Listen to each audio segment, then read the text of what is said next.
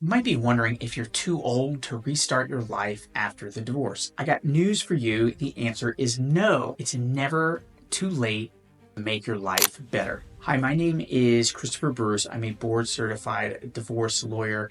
And one of the things that pains me the most to hear is somebody say that it's too late for them to get out of an unhealthy relationship. Everybody deserves to be happy, including you. Let me tell you a story. 4 or 5 years into my law practice, I had a client come to me. She was 80 years old. It was a very complicated financial situation, and we got the divorce petition ready for her. She'd been married almost 40 years, and I asked my client, as I had the papers in front of her, you're 80 years old. Are you sure you really want to do this? And what she told me, I'll never forget. She said, I made up my mind that I was going to divorce that son of a bitch when my grandkids got out of college. But you know what, Chris? I said, what? She said, I should have done it 30 years ago. I've lost 3 decades of my life, but I'm not losing any more. And that story has just always stuck with me, and I hope it gives some inspiration to you. It never is too late to make a change. But for some of us, it can be a little hard to get that extra confidence to move forward when you've been married a long time and you feel like you're not getting any younger. So I got a couple tips for you if you're in this situation. First, do a little bit of a self-audit to figure out what in your life is not making you happy. You can get out a yellow page like this, write a line down the center of the page, and write down all of the things you love about your life and all of the things that are out of your life that are really upsetting and you would like to see change. Then look at the items on that list and just try to practically think, can those things happen if you work towards them? They probably can. Are you too old to start on them? You're probably not. Look, there might be certain age limits to being a pole vaulter or an astronaut, but just about everything else you can do. It doesn't matter your age. The second thing I think you should consider doing is seeing a really good therapist or maybe even a life coach, even if you've seen one before. The thing I love about therapists, besides the fact that you always just seem to be happier after talking with them, is they speed up positive change.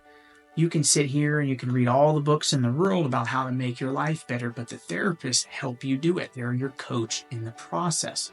If you're having a hard time of getting excited about every next day of the rest of your life, a therapist can make a world of difference. Tip number 3 is start making positive changes to your life right now. Remember, if you get divorced, the little piece of paper from the divorce court judge isn't really going to change your life. Yeah, it'll say you're legally divorced. It'll say what happens to your things, deal with things like alimony and dividing property, but it's not going to instantly make your life better. That's going to come from you and the effort that you put into positive change. So why not start now? I think for a lot of people, the top 3 areas are to do something for your physical health, do something fun like a hobby, and do something social, something to get friends, restart relationships, and be around other people. To physical health, there's books written on how becoming more physically fit can make you feel better. I've seen it myself through my own health journey. A lot of my clients will tell you the same. Look, you don't have to start going and running marathons. Just take a walk outside. And if you can find a way to do it more socially, all the better. A lot of areas, at least in Florida, have these running clubs and walking clubs now. You can go and join a gym. Something like Orange Theory Fitness is fantastic. There's a lot of wonderful people there. These gyms are in a lot of different areas. They have a lot of different names, but you get your body moving and you're around other people with like-minded, healthy interests. And as an added bonus, it helps you live longer. What could be wrong with that? As you're doing that, find something that's fun that you've always wanted to do, or find a hobby that you used to really enjoy that you haven't done for a while, and just start doing it again.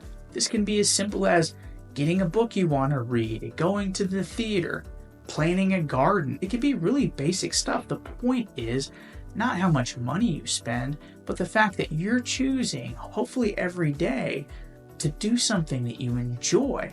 Then there's the social aspects.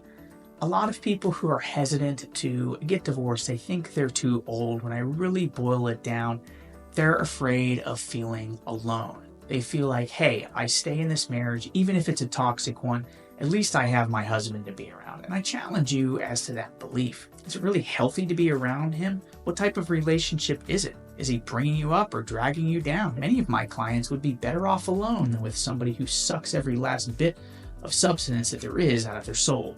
And it can seem hard to make friends, but it's easier than you think. Believe it or not, a lot of people, as they get older, they have very few friends. They want to be around other people. It's just human nature. So how do you make friends? Well, you can just start talking to people as you're going to get healthy, or you're going to do something fun, or you're in line at Publix.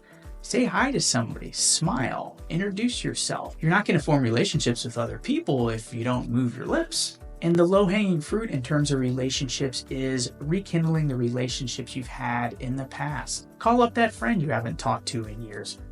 Reform relationships with your family. Oftentimes people will be glad to have you back. Don't get held up in apologizing as to why you haven't talked. Just call them, tell them you miss them. Restart that relationship. If you're feeling stuck with forming new social relationships, there's a lot of books out there. I just read a great one. It's called Let Them by Mel Robbins. We'll put a link in the description. We don't get any money from you buying this book, but it had some real practical advice. And this is coming from a female self-help author who moved to a really, really small town, I think up in Vermont, and within a year had developed a great circle of friends starting from scratch. If she can do it, so can you. There's also a couple of ways that might naturally tend to forming new social relationships while also allowing you to do something you enjoy. Some of my clients will re-involve themselves with the church or join a new congregation.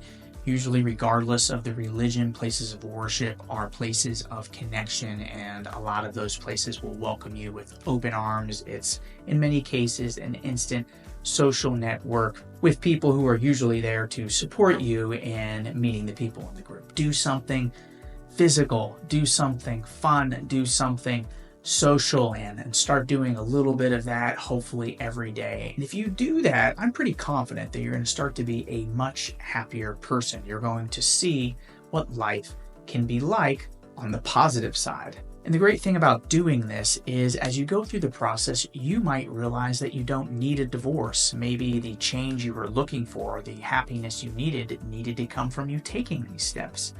But also, as you go through this process, sometimes you do confirm that your relationship needs to be over. Your husband isn't lifting you up into doing these new things that you're enjoying that are making you happy.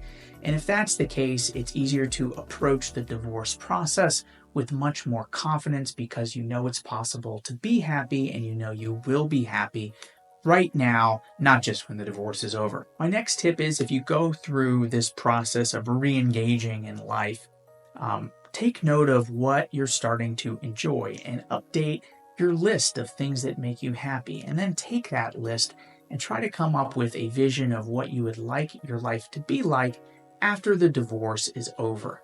This will really give you your why behind the divorce. And when it comes to this vision, it's great to first deal with the relationship type things, what's my life gonna be like type things, but then you can start transitioning into practical things that relate to the legal process, like where do I want to live? How much is this stuff going to cost? Things like that.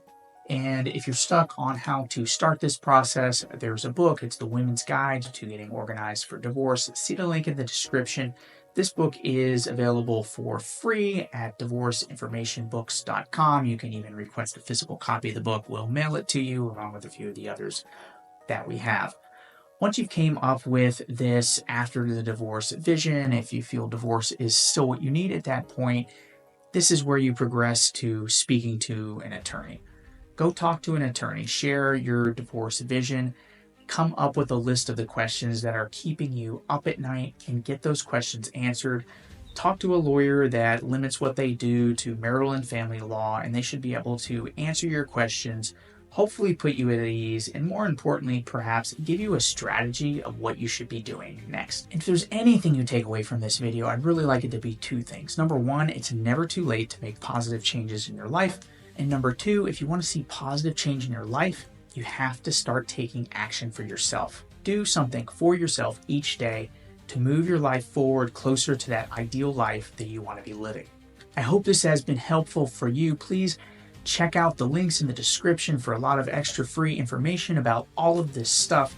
Please let me know your thoughts in the comments. Subscribe if you'd like more of this content. We put it out regularly. If you're at the point of where you'd like to get customized legal advice for your situation and you're in the Southeast Florida area, you're welcome to contact my law firm. One of my partners can sit down with you, answer your questions, give you a strategy for moving forward. We practice in Southeast Florida from Vero Beach south to Miami, and we're continuing to expand throughout the state. I hope this has been helpful. Look forward to seeing you next time.